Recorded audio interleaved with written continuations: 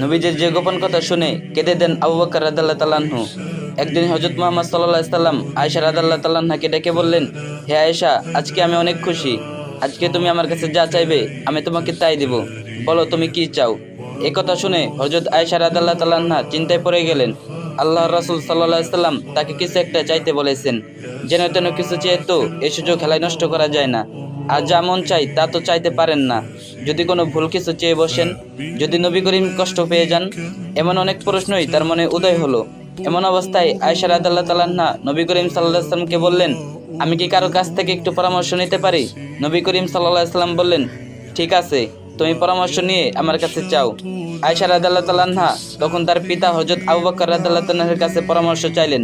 আবু বকর রাদিয়াল্লাহু তাআলা আনহু বললেন, যখন তুমি চাইবেই তাহলে তুমি মুহাম্মদ সাল্লাল্লাহু আলাইহি সাল্লামের কাছে মেরাজের রাতের এমন কোনো গোপন বিষয় জানতে চাও যা আল্লাহ পাক রব্বুল আলামিন তার রাসূলকে বলেছেন, কিন্তু তিনি সে কথা কাউকে বলেননি। আবু বকর রাদিয়াল্লাহু তাআলা আনহু আয়েশা রাদিয়াল্লাহু তাআলা আনহাকে এই পরামর্শ দিয়ে বললেন, তুমি আমাকে কথা দাও, নবী করিম সাল্লাল্লাহু আলাইহি সাল্লাম যা বলবেন তা সর্বপ্রথম তুমি আমাকে জানাবে। আয়েশা রাদিয়াল্লাহু তাআলা আনহা সম্মতি দিয়ে নবীজি সাল্লাল্লাহু আলাইহি সাল্লামের কাছে গিয়ে বললেন, আমি মেরাজের রাতের এমন কোনো গোপন কথা জানতে চাই যা এখনো আপনি কাউকে বলেননি। প্রশ্ন শুনেই মুহাম্মদ সাল্লাল্লাহু আলাইহি সাল্লাম মুচকি হেসে দিলেন। একটু রসিকতা করে বললেন, গোপন কথা বলে দিলে আর গোপন থাকে কি করে? একথা জিজ্ঞেস করার পরামর্শ তোমাকে কে দিয়েছেন? নিশ্চয়ই আবু বকর, কেননা একমাত্র আবু বকরই পারেন এমন বিচক্ষণ প্রশ্ন করতে।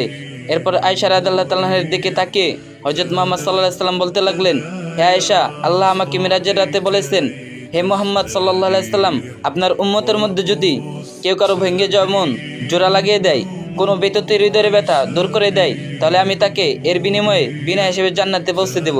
সুবহানাল্লাহি ওয়া বিহামদিহি। এই কথা শুনে আয়েশা রাদিয়াল্লাহু তাআলা আনহা অত্যন্ত খুশি হলেন। ছুটে গেলেন তার বাবার কাছে। প্রতিশ্রুতি মতো আয়েশা রাদিয়াল্লাহু তাআলা আনহা হযরত আবু বকর রাদিয়াল্লাহু তাআলা আনহুর কাছে এসে নবী করিম সাল্লাল্লাহু আলাইহি সাল্লাম বর্ণিত কথাগুলো বললেন।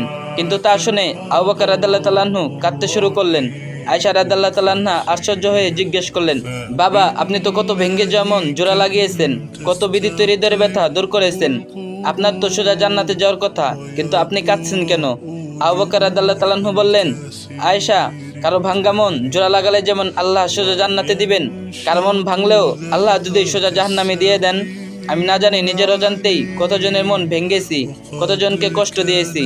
এর জন্য আল্লাহ যদি আমাকে জাহান্নামে দিয়ে দেন তখন আমার কি হবে, সেই ভয়ে আমি কাঁদছি। সুবহানাল্লাহ, মানুষ হলো আশরাফুল মাখলুকাত, আর তাই একজন বিদ্যুতী মানুষের ব্যথা দূর করতে পারলে, একটা ভাঙ্গা হৃদয়কে জোড়া লাগিয়ে দিতে পারলে আল্লাহ আমাদেরকে জান্নাত দান করবেন। আর এর বিপরীতে হলে আমাদেরকে জ্বলতে হবে জাহান্নামের আগুনে। আল্লাহ আমাদের সবাইকে রক্ষা করুন, আমিন। আর ভিডিওটি একটা শেয়ার করে দিবেন, আর যে যত পারেন বেশি বেশি কপি লিংক করে দিন।